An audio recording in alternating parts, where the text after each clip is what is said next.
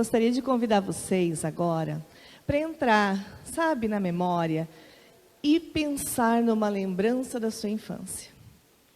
Sabe qual a lembrança que eu tenho? De quando faltava energia elétrica lá em casa e a gente fazia o quê? Não tinha mais televisão, porque essa era a tecnologia boa da época da minha infância, não de vocês talvez. E nós pegávamos a cadeira de praia, ia para a beira da rua e era muito bom poder jogar vôlei em roda com os amigos à noite. Porque as famílias às vezes não permitiam, era hora de criança pequena estar na cama. Os adultos pausavam e era comum as gargalhadas, aquele respirar, porque não tinha televisão ligada. Mas aí veio o quê? Veio esse momento, essa grande inovação, a internet. E hoje está todo mundo com seu pequeno computador nas mãos e quando cai o sinal do Wi-Fi, vem o desespero, vem o apagão, como se fosse um apagão de luz. Só que ao contrário de antigamente, quando a gente descansava, pausava o olhar, ia conversar com o vizinho, saber o que aconteceu lá na casa dele, das fofocas da vizinhança, vem uma angústia, vem a ansiedade, vem parece que eu estou perdendo alguma coisa que está acontecendo. Será que essa internet pode também ter um olhar, alguma coisa boa? E eu posso dizer para vocês que as ondas invisíveis da internet me colocou num lugar onde eu jamais esperava estar, que é a rede social. Quando aconteceu isso? Porque eu era tia do Facebook. Todo dia eu compartilhava o meme de café da manhã. Né? Tem gente que está fazendo assim na plateia. Exatamente. Gente que lembra desse meu passado que me condena. Era meme do café, era foto no espelho da academia, era foto do pôr do sol aqui da Baía da Babitonga. Isso que a gente compartilhava. Mas aí veio aquele momento bem triste da pandemia. E que nós ficamos confinados dentro de casa, mas a internet possibilitou que nós pudéssemos manter contato com outros humanos. Não sei vocês, era uma alegria ver alguém pela tela. Era uma alegria poder dialogar com as pessoas. E, como aqui em São Francisco do Sul, não tenho grandes autores que eu estudava na época de pedagogia, eu pude aproveitar a pandemia para as lives gratuitas. Cara, tu vê autores nacionais, internacionais, dando curso de graça. Eu, professor de educação infantil, que queria estudar, foi o máximo. Eu não perdia uma live, eu tenho cadernos de lives até hoje que eu assisti e que eu estudei.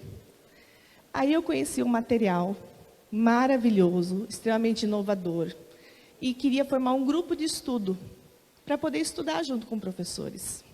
Mas não teve eco aqui onde eu morava. O que eu fiz? Eu fui conversar com desconhecidos.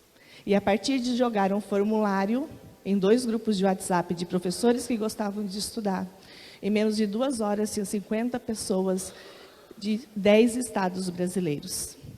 E foi aí que começou um movimento com 50 pessoas, que hoje impacta 85 mil professores diretamente. Foi desse movimento que de aluna eu passei a formadora. E desse movimento, com lives gratuitas, a intenção é chegar naquela cidadezinha de alguns 1000 habitantes, mas que tem uma escola de educação infantil. E que educação infantil é essa que a gente está falando?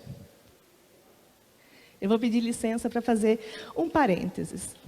Educação infantil é a primeira etapa da educação básica. E ela só surgiu porque nós, mulheres, saímos de dentro de casa e fomos ocupar o mercado de trabalho. Inicialmente pela necessidade de ter quem cuide dos nossos filhos.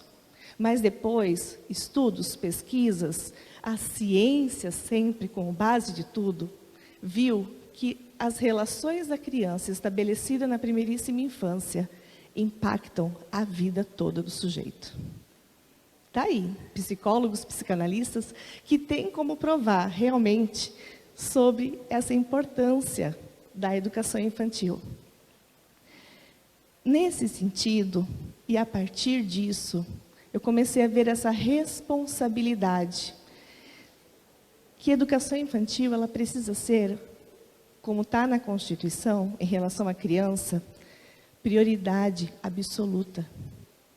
Eu não estou falando hoje de educação infantil para professores de educação infantil.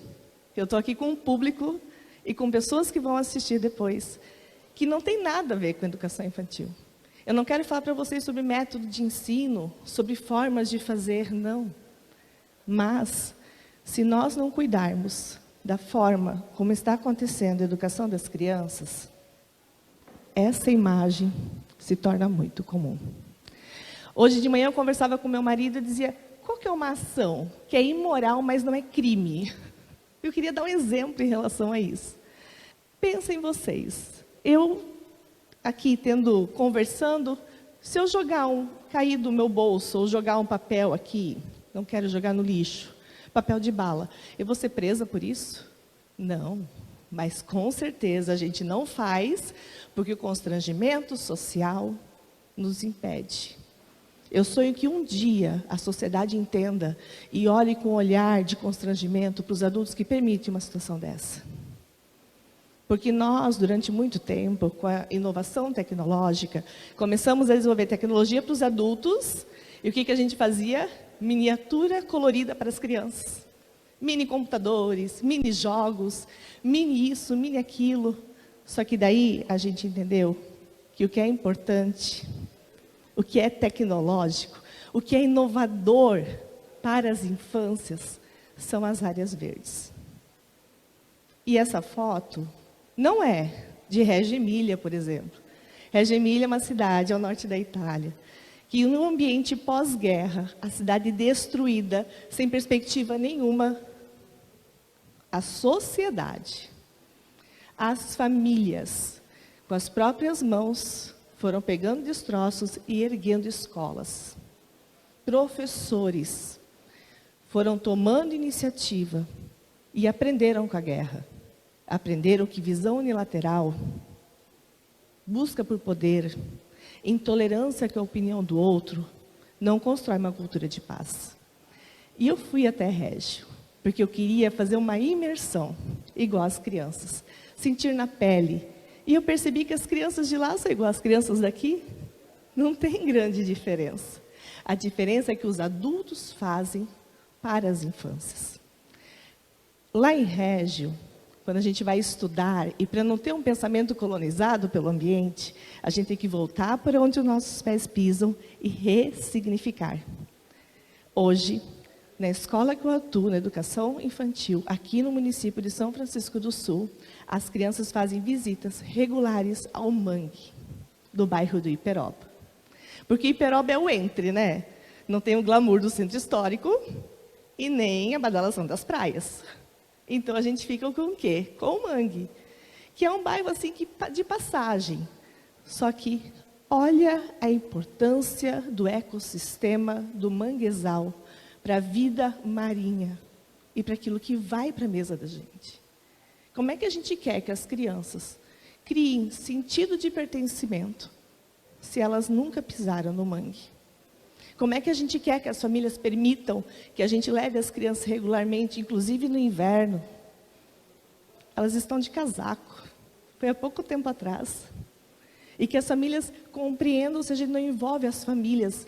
E se a família não se sente pertencente à educação das crianças pequenas. Aí vem o X da questão. O que é inovador para a educação da infância? A inovação não está em colocar nada tecnológico nas mãos das crianças. Aliás, o uso de telas pela Associação Brasileira de Pediatria e várias associações brasileiras do mundo é 0 telas. Nada para crianças de 0 a 2 anos. Já tem pesquisas científicas que estão sendo desenvolvidas de crianças e adolescentes que usaram telas, que a massa cinzenta é menor do que pessoas adultas que não tiveram tanto acesso às telas. Nós estamos deixando de pensar. E quando a gente pensa em uma sociedade, a criança é o futuro do Brasil, não, a criança é o hoje. A criança é o presente. Se a criança não for prioridade, se a gente não ouvir, se a criança não entender enquanto indivíduo que vai ser adulto um dia, que a minha opinião importa, que eu posso transformar o que eu estou vendo, que eu não preciso só fazer o que me mandam. Como eu vou ter um adulto dentro de um ecossistema de inovação que tenha boas ideias, que consiga fazer reflexão, que não repita somente o que estão mandando fazer? Será que a inovação não está nas perguntas das crianças? Muito obrigada.